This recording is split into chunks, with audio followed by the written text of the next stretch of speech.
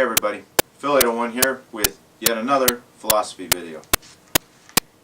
Today we're going to discuss the philosophy of a year's supply. Now, this is a term that gets thrown around a lot. I've got a year's supply. You need to get a year's supply. I'm working on my year's supply. What does that mean? Well, to most people, it means a year's supply of food. They're working on a food storage list that they're going to store a year's worth of food. Well, that's definitely part of this. But if all they're working on is their year's supply of food, they're missing out. In my 3-month supply, I talk all about how to store a 3-month supply and to have food that you're used to eating ready to eat. And I'll post a link to that up here. But what really is a year's supply? What good is a year's worth of food if you don't have a year's worth of, say, clothing? It's great if you can eat wheat for a year, but what are you going to wear? How are you going to prepare it? How are you going to cook it? How are you going to eat it? Those are all things that I want to discuss in this video. And I want to talk about what a year's supply really means. Because it doesn't just mean food. Food is definitely a part of it, but it's one thing on this list, okay? It's just one thing. A year's supply isn't going to get you anywhere if you don't have shelter and you don't have the ability to perpetuate. Now let's back up just a little bit. What are we getting in your supply for? Well, that's a whole other philosophy video, why prepare? And I'll be doing one of those. But generally speaking, if we're talking about a year's supply, then we're talking about a long-term down scenario, where whether it's societal collapse, whether it's a huge natural disaster, whether it's governmental collapse, whether it's, we're invaded by China, whatever. There's 100 things that could lead to a scenario where we have to be prepared for a year. Well, a year is kind of a random number. I mean, it's an easy number, but if things are down for a year, who's to say that at the end of the year they're coming back? I mean, why not 6 months? Why not 5 years? Well,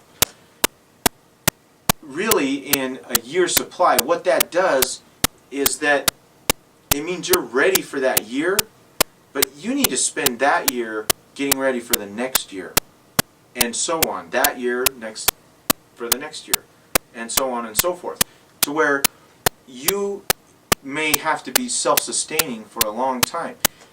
Depending on the TEOTWAWKI scenario we use, regular society may never come back. If we're talking nuclear Armageddon and you manage to survive, how do you stay alive beyond that? It's not better in a year. If we're in nuclear Armageddon, a year doesn't do us anything. We're still trying to rebuild society at that point. So a year's supply isn't a magic number that at the end of a year, now you're good. No. A year's supply gives you a year to operate, to prepare for the next year. So it really is just a buffer to get you through that first year of pioneer living to be able to prepare for the next year. And each year, you're going to have to put away stores to be able to move on. Now, this gets, again, into why prepare. Well, part of that is you're going to have a lot of skills that we don't have to have these days. You're going to have the ability to build tools that we don't have to build these days. And we'll talk about that in a minute. But let's talk about what a year's supply really means. We've got a year's supply of food storage. We've already talked about that. And in fact, I'm going to be having more videos come later that go through this, which is my year's supply of food storage plan. And we're actually going to be doing a video each week that gets you the basics of your year's supply together. And that I'm going to be starting very soon, which is why I have this prelude video. because we need to discuss the philosophy before we get into that, so that you're able to understand what it is we're going after with this year supply program. So a year supply beyond food storage means this. Clothing I mentioned earlier. What kind of clothing? Well, you've got winter clothing. Depending on where you live, you may have mild winters. You may have easy winters. Where I live, we have sometimes pretty harsh winters.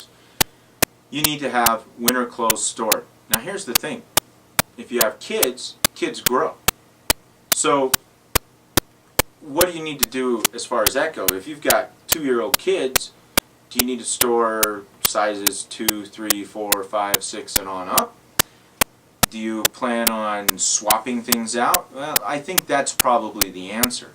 You're going to have winter clothes that aren't going to have a whole lot of wear and tear on them, hopefully. And I think as your kids grow out of those, then you'll be able to swap with other people. And I presume that in a long-term down scenario, that communities are going to kind of come together and things are going to get tight. And we're going to bond in a way that we don't do in our society. And what I see is a group or community coming together that kind of trades things around and stuff. So winter clothes, I have kids that are staggered ages, so I've kind of got it covered anyway. With my kids, you know, I have winter clothes and all these other types of clothes, multiple sizes, because I have 8 kids, so we have a lot of clothes. But you need to make sure that you have winter clothes stored in your year supply. What about work clothes? We're going to be working a lot more than we do these days. You're going to live outdoors in the summer because you're going to have to work your butt off in order to prepare and stock for the next year. So work clothes are going to be very important. You're going to need a lot of work clothes. And I'm talking to you, men and women. Women are going to have to do a lot of work that they're not accustomed to doing. And kids especially, but men, we're going to be spending all day outside, busting our butts, and we're going to wear clothes out pretty quick. So we're going to need a good stock of work clothes. We're also going to need underclothes. I mean, we're talking a year supply of underclothes, and we're talking about we're going to be outside working all the time. You're going to wear down your underclothes. You want to have some spares. And, you know, unless you want to be wearing threadbare or no underclothes, you're going to be wanting to have spares. And with all that, you're going to want to have repair equipment. So, and this, men, you should know how to repair clothes. Women, this kind of goes to women a bit. This is sewing. This is having spare buttons and zippers and patches and things like that, and knowing how to adhere them. Those are skills that you're going to need in a long-term down scenario. Some other things not as critical. Sleeping clothes, especially for kids. You know, we're going to be out getting dirty in the clothes we're wearing. You're not necessarily going to want to sleep in what you wore. So sleeping clothes need consideration. Summer clothes. Now, we're going to be working, we've already kind of considered that, but for kids, summer clothes versus winter clothes, you need to take that into consideration. Church clothes. You know, if you're a church-going person, which my personal belief is that in a long-term grid down, a lot more people are going to be religious. That's just a personal belief. Maybe it'll go the other way. I don't know. But you may want to have church clothes so that you can do your Sunday best thing, and, you know, once a week you have an opportunity to kind of escape from this whole eking out a survival, you know, whole lifestyle that we're going to have. And very importantly, you're going to be shoes and boots. You know, your boots, your work boots are going to wear out quicker. Your shoes are going to wear out quicker because you're going to be outside moving and working all the time. So you're going to want to have some redundant pairs of shoes and boots. You're also going to want to have the ability to fix some of those things, and some cobbler skills might be good to get. So that sounds like a lot of clothes, especially for someone like me. 8 kids, myself, my wife, and I just went through all these different clothes we should have. Well, that's what Goodwill's for. You know, these days, yeah, people care about styles, they care about brands, Personally, I think it's all ridiculous.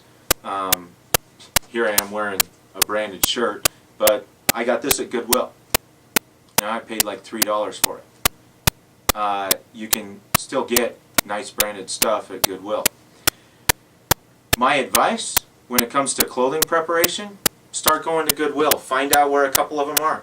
Make a monthly visit. Every month go and spend, $50. You can get 10 or 15 or 20 pairs of clothes for $50.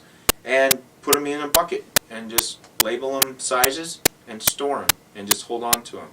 And if you do that on a monthly basis, then you're going to start building up a nice supply of clothes. And especially look for shoes and boots at Goodwill. You're really not going to care when we're in a long-term grid down if you're wearing shoes that somebody else wore, because you know what? That's the only place you're going to get shoes, or you're going to make them yourselves. So don't worry about, well, someone else wore this. No, spend $3 for a pair of shoes that are in decent shape. They'll serve you well in a long-term down scenario. And just have a box with a bunch of shoes in it. Communications. There's lots of different communication methods, and you are going to want to be able to communicate with other people. There's a few things to consider here. FRS radios. The downside is they require batteries, which means that you need to have rechargeable batteries and battery chargers, and hopefully you'll have a way to generate your own power. But that's a whole nother discussion. You're going to want wind-up radios. They have these great wind-up radios that don't require any power. You spin them and you can receive radio broadcasts. Whether or not there's going to be radio broadcasts going on is another situation. Right now you use a cell phone for everything. Well, I don't know about you. I think I do know about you. You're just like me. All of your numbers and addresses and everything are programmed in your cell phone. Well, what if you're in a situation where you have all your contact information in your cell phone and your cell phone doesn't work anymore? And let's say you can get to a phone that does work. How are you going to find numbers and look things up? Print out or write down your phone numbers. We don't really keep hard copies of contact information anymore. That's something that, especially for important numbers, close friends, family, you want to write that stuff down and have it accessible. Maps. You want to have maps of your area. I have multiple atlases of the United States. You want to have good maps of your state, good maps of your local area, because you're not going to be able to Google, you're not going to be able to look something up, and if you need to, for some reason, get from A to way over here at B, you need to know good ways to get there.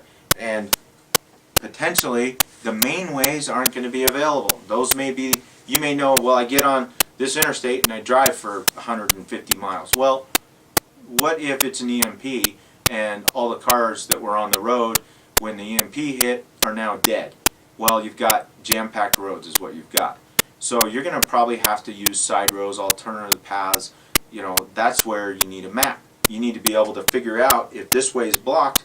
You need to be able to figure out what way you can go in order to get to where you have to get to. Ham radios. FRSs will get you a short distance. They make it nice to communicate on hunting trips or if someone's out working. But a ham radio will let you communicate a long ways away. And so I recommend that you get your ham license and you learn how to operate a ham radio. Now, in a grid down, no one's going to care about ham licenses. The key is right now getting your ham license lets you practice and get used to using that radio, because it's not something you want to just pick it up and not know how to use and how to set your frequencies and do all that stuff. Other signalers, flares, signal mirrors, different things like that. Simple things that you want to keep in your storage. Documents. Right now, in our world, most documents are stored on our computers, and especially our important documents, or you may not even have copies of them. You want to have copies of all your kids' birth certificates, your own birth certificates, your marriage certificates, essentially, as we attempt to restore order, you're going to want to be able to show, I own this house or I own this car. And you want to be able to show that. And I'll have a whole video talking about documents and document preparation, how to store it. I keep everything in a portable fire safe. And with that, I can grab it and run if I need to. You know, if the house burns down, all my documents are safe in there. Anyway, that's a whole other discussion. Entertainment.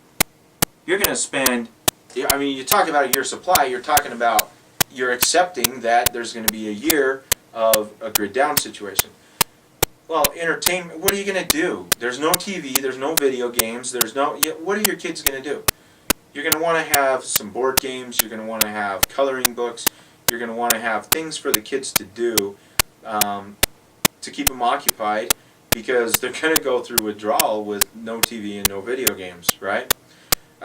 So you want to take that into consideration. Medical. Medical is a big deal. You can die from a small cut if it gets badly infected. You need to know how to manage infection. You need to have the supplies to manage infection.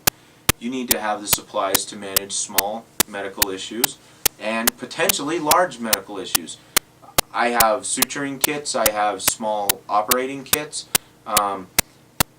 Depending on your skill level and what you know how to do, or what you know you can acquire skills and knowledge if you need to have supplies for that. And having a large storage of medical supplies is a very, very important thing to do. Food preparation. You got this year supply of food, right? Everyone's talking about food storage. So you've got your food storage. Well, how are you going to prepare it? You need utensils, you need dishes, you need pots and pans, you need stuff to wrap your food in, foil, plastic wrap, baggies, stuff like that. You need hand-powered processors because chances are your electrically powered ones aren't going to work.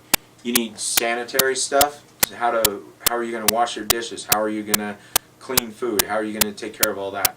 Those are all things that you need to take into consideration in your year supply. In your food storage, so you've got your year supply of food, right? Because we're going to follow this other program. You've got a year supply of food, but how are you going to keep building that up? You need to have the materials, the canners, all the things that you're going to need to store the food that you produce in a year.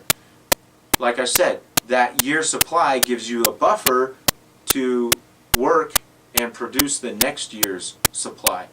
But you got to be able to store that. So you're going to need, presumably, you've been canning food, you've got bottles, you're going to need new lids potentially, or you want to get the lids that are reusable. You're going to need pressure cookers, you're going to need steam baths, you're going to need food dryers, you're going to need all these things in order to store all the food that you're growing. So being able to store more food is almost as important as having food. You got a year's supply of food. Well, at the end of the year, if you haven't been able to store more food, you're out of food. That year lets you grow and harvest and create new food for you. You've got to be able to store it. Fuel and power. As things go on, these will run out and our reliance and usage of them will run out. But you want to have a year's supply of fuel and power potential. Firewood, you want to have several cords of wood. On average, you may use, 5 to 10 cords of wood in a few days if it's winter and you're trying to heat your house with a stove, or if you're trying to heat a tent. You've got to have a lot of wood stored. And it's not that hard, depending on where you live. Where I live, it's not that hard to get a lot of wood. But you need to do it ahead of time, and you want to have a year's supply of wood, which means a season's supply. So you'll want to figure out how much you need, and that's how much you'll want to have put up. And then you need to plan on being able to restock that supply. You're going to want different fuels: charcoal, propane, gasoline. With gasoline, you're going to need stable, and we'll talk about these things in more detail later. And you're going to want kerosene, different things. So depending on what your stoves and your heaters and different things use, you're going to need fuels to be able to run those things. Gardening. You're going to need to be able to grow more food. If you're able, plant some fruit trees so that you've got fruit coming in. If you've already got fruit trees, plant some more. The more fruit that you can produce on your own, the more healthy your family's going to be, the more they're going to enjoy eating, and so on and so forth. For gardening, you need to make sure that you have non-hybrid seeds. And there are great places where you can buy big number 10 cans of non-hybrid seeds. A little background: if you have hybrid seeds, you can't reliably get the seeds from what those seeds grow and replant the seeds. They don't necessarily breed true, and some of them can't even reproduce. Non-hybrid seeds will reproduce reliably, so you're able to gather the seeds and use them the next season. And with that, when you plant your garden, you need to plant enough, knowing that you're going to be taking some of that crop to harvest seeds for the next year's crop. And with that, you're going to need to make sure that you have garden tools, you have garden installing items, you may need black plastic, you may need hoses, and so on and so forth. The most important thing with gardening is that you're doing it right now. If you don't have a garden, it's winter right now. If you don't have a garden, plan on putting one in this spring. Even if it's a small one, grow a couple tomato plants or something. But start learning how to work the earth. Start learning what different soils are, what kind of soil amendments you need. Start learning and understanding how to grow things. Another thing you can do, if you live in an apartment or you live somewhere where you can't really put in a garden, fine. Do container gardening. Go down to the fruit processing plant and get a bunch of buckets and bring them home and learn about soil amendments and get those things full of soil and start growing food in them. They're mobile. You can move them around. You can set them out on your deck. You can set them whatever you need to do. If you need to set them just in a, somewhere that they can get sunlight, that's all you need to do.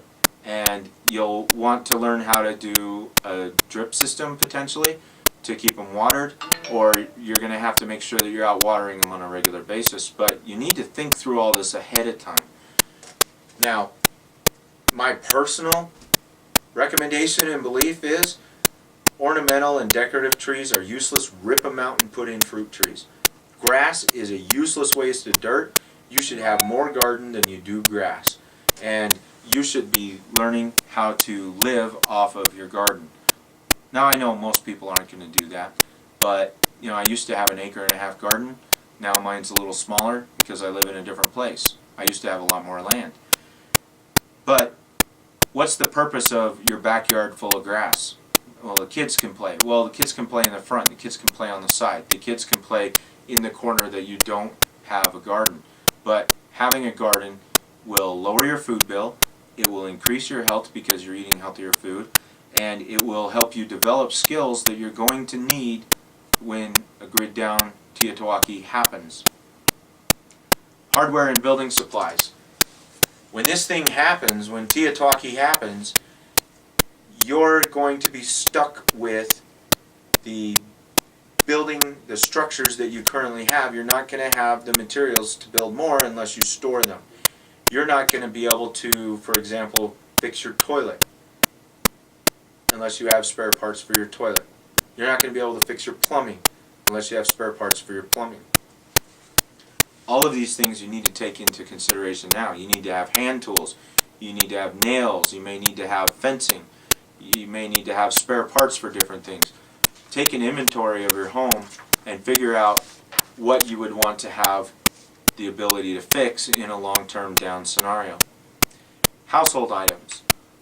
You need batteries, battery chargers, flashlights, lamps, trash bags, cleaning supplies. You're going to want a lot of bleach. I don't know how many gallons of bleach I have. I buy the big 3 bottle boxes at Costco all the time. Those are great to put up and just have, and you can use them now. But not only will they clean things, disinfect things, you can you're gonna want to bleach your clothes potentially, but you can also use the chlorine in it to help your water. But you're going to want different kinds of cleaners, different kinds of things like that. Baby supplies. Now, you may have babies now, and you're going to, if TEOTWAWKI happens next year, your baby's going to be a year old, and that's something you've got to consider. But the other thing is, what are you going to do if after TEOTWAWKI you're spending a lot more time with your family, you're a lot closer to your wife, you're not going to work every day, boom, she's pregnant. You have a baby. Are you prepared for that? Do you know how to make formula? Or hopefully your wife would nurse. Do you know how to make diapers? If you don't have a 20-year supply of diapers, well, 4-year supply, 3-4-year supply of diapers, what are you going to do to diaper that kid? Cloth diapers are really the answer. How are you going to do that? Taking that into consideration is something you really need to do. I'm trying to be frank here, but your wife's not going to be on birth control anymore. You're not going to have all the typical things that we're used to these days. Chances are there's going to be a lot more babies born. You need to take that into consideration in your year supply. Other miscellaneous stuff. Duct tape. Men, lots of duct tape, right? Lots of different knives, stuff to clean fish with, stuff to butcher animals with. You need all those things now. You should have a full butchering kit. I have a big, complete butcher kit that I keep in storage. It's got hacksaws, bone saws, it's got big old butcher knives, it's got fillet knives, it's got everything in it. I strongly recommend you get one of those. You're going to need pest control. Mice are potentially going to be rampant. Other pests, ants, cockroaches, all those kinds of things. We're going to be in a different world. Who knows what kind of stuff we're going to see, and you may need to have pest control abilities around. What would be great is to learn how to control pests out of natural and organic methods, because that's what's going to be available to us.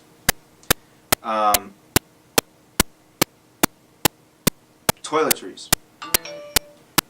You're going to want soap and shampoo. You're going to want to know how to make your own, because you can't store an infinite supply. Men, if you're running your preparedness, you may not think about this, but you need to have a good store of tampons. Women, you know this, right? You don't want to spend a year without tampons. Vision correction.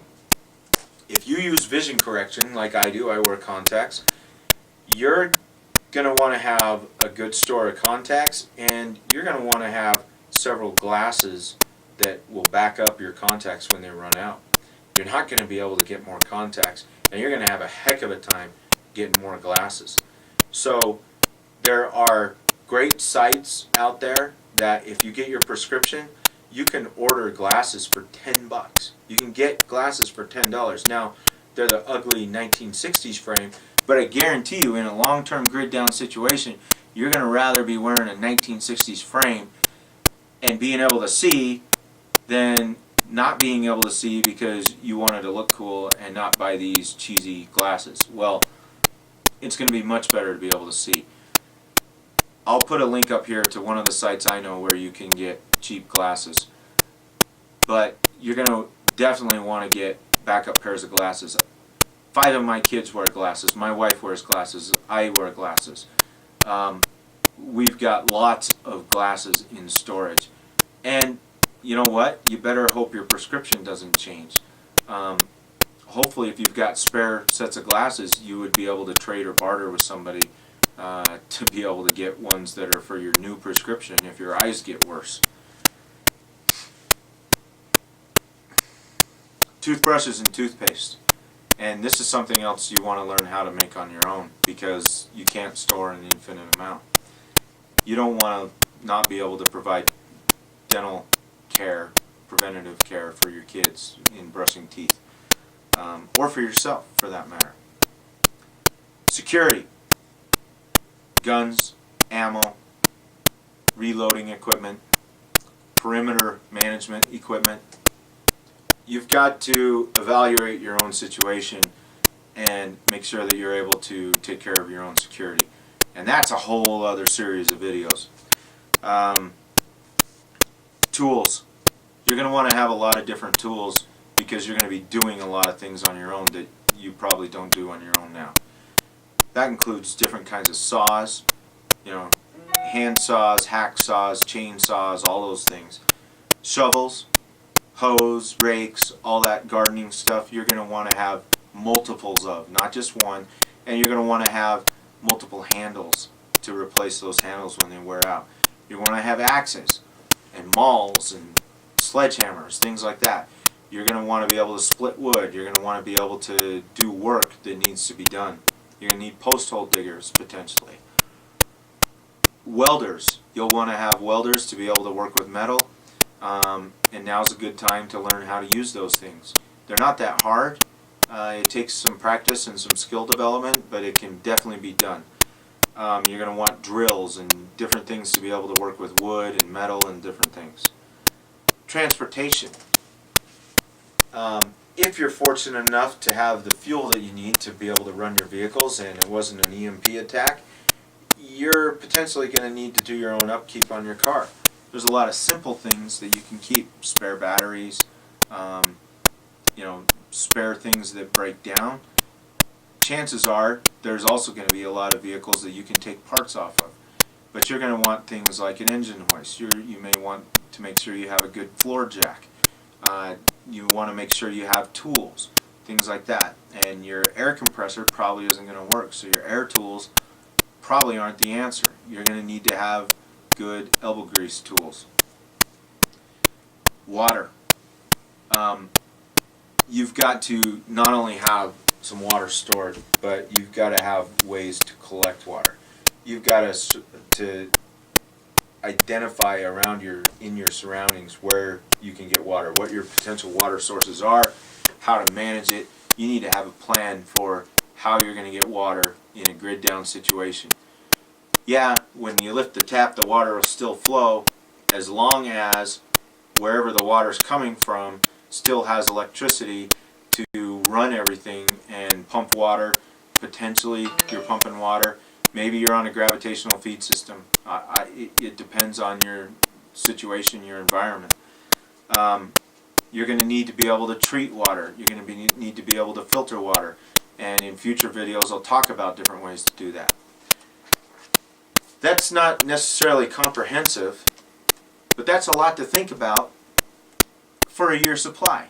So now when you say, I'm working on my year's supply, you're not just working on food storage, are you? There's a lot more involved than just your food storage. And my whole philosophy of a year's supply is what I've said a couple times. A year's supply means a buffer to allow you to function for a year while you build up for the next year. That's my whole philosophy. So you need a year's supply of everything you need to be able to get and make everything else that you need. And I don't think that a lot of people are thinking that way. I don't think that a lot of people are really working on a year's supply. I think a lot of people might be working on a year's supply of food, but they're not really thinking it through. Hopefully this video is giving you some ideas and some different things to think about, and hopefully you agree with this philosophy. If you don't, let's talk about it. I'd love to talk to you in comments and response videos. If you think I'm wrong, tell me, and tell me where I'm wrong, and we can discuss it. And if you think I'm right and this is eye-opening for you, subscribe and pay attention, because I've got videos coming up. I'm starting a whole series of videos that I've been working on over a week on, of a program where every week I'll be telling you these are the things we're going to buy this week, and we'll talk about some skills and other things that you can develop along the lines of those things, why we're storing those things, how to use those things, and I'm trying to keep it to around $100 a week. But if you follow my program and you spend a year following all the videos and buying the things that I'm advising you to buy, then by the end of a year, first of all, you'll have your year's worth of food storage. Second of all, I guarantee you that you will have your year's worth of new seeds and gardening tools and everything else to be able to perpetuate that year's supply of food. You will have a lot of these other bases covered, and you won't have all of them by the end of a year, because the program doesn't end at a year. But if you follow it for a year, then you should have a year's supply of a lot of the basics put aside, and we'll keep working through it. So I could go several years on this program of every week telling you different things to buy. And you know, as we get down the line, it may be for the next 5 weeks you're going to save up your $100 a month, and then you're going to go buy a generator or something. And it may be you're going to go take these classes, or it may be, you know, you're going to go out and buy stuff to practice these skills. Those are all what it would be down the line. But I don't see it ending. I don't see preparedness as you do A, B, and C and you're done. Preparedness is a perpetual lifestyle that you start, you fall in love with, you become a different person, and you keep going. It is a lifestyle. Preparedness isn't something that you do for a month and you're done. Preparedness is a mentality. It's something that you get in your head and you become a different person and you live differently. The beauty of it is, if and when things do collapse, you're going to be ready, because guess what? It's not about the stuff. It's about up here. It's about your skills. It's about your abilities. It's about what you have done to get yourself ready. Your stuff isn't what matters. Your stuff just makes it easier. As long as you got the right stuff here, and you've got the skills and the mentality, you're going to be able to survive. One of the things I just remembered that I skipped in this list, because I wanted to come back to it, is books. You need to build a library. You need to consider all the knowledge that you don't have that you potentially are going to need, and your intent will be to work through those books over the next several years. But you need to build a library, and I have a whole box in my evacuation kit of books that I consider critical. How to raise horses, how to raise cattle, how to garden. Things that I already know, but that in a grid down situation, I don't know what all I'm going to come into. I've got books on medical stuff. I've got books on survival. I've got books on all kinds of things. And that'll be a whole other video where we'll go through all of my preparedness books and all the things I do to make sure that I have references for everything that I may need. The other thing is PDFs. Well, not just PDFs, but internet files. I download lots of files. I keep them all on thumb drives. I also print everything out, and I have binders and binders and binders of different things. And by having that, I'll build a binder and I'll put it away. And that's all knowledge and information that I may need down the road. But I can't predict everything that I'm going to need. And I can't do everything at once. And I do it trickle by trickle. But when I see a bunch of good stuff, I'll download it, print it out, put it away. And I'll come back to it another day. And if TEOTWAWKI happens, I've got that material available. I can read it myself, or my wife, or my kids can read it and start learning new stuff. But it's, again, all about what's up here. So you need to have the right attitude, and you'll learn that attitude as you get into preparedness. Starting to get into this stuff sometimes is a slow process. Sometimes it's a process that you have to force yourself to do. But once you get into it, you usually start rolling down the hill, and it becomes very easy, and it becomes perpetual, and you start looking for what the next thing is that you're going to learn. And it's fun. I love it. So, hopefully this video was helpful to you. Hopefully you learned something. Hopefully your eyes were opened. Maybe not. Maybe you're already there with me, in which case, back me up. You know, support what I'm saying. If you disagree with me, let me know. But if your eyes were open, stick with me. I plan to present a lot of information about preparedness, and I plan, like I said, to have this program put together. So thanks for watching. I know this was kind of long, but hopefully it was worth it. Thanks a lot.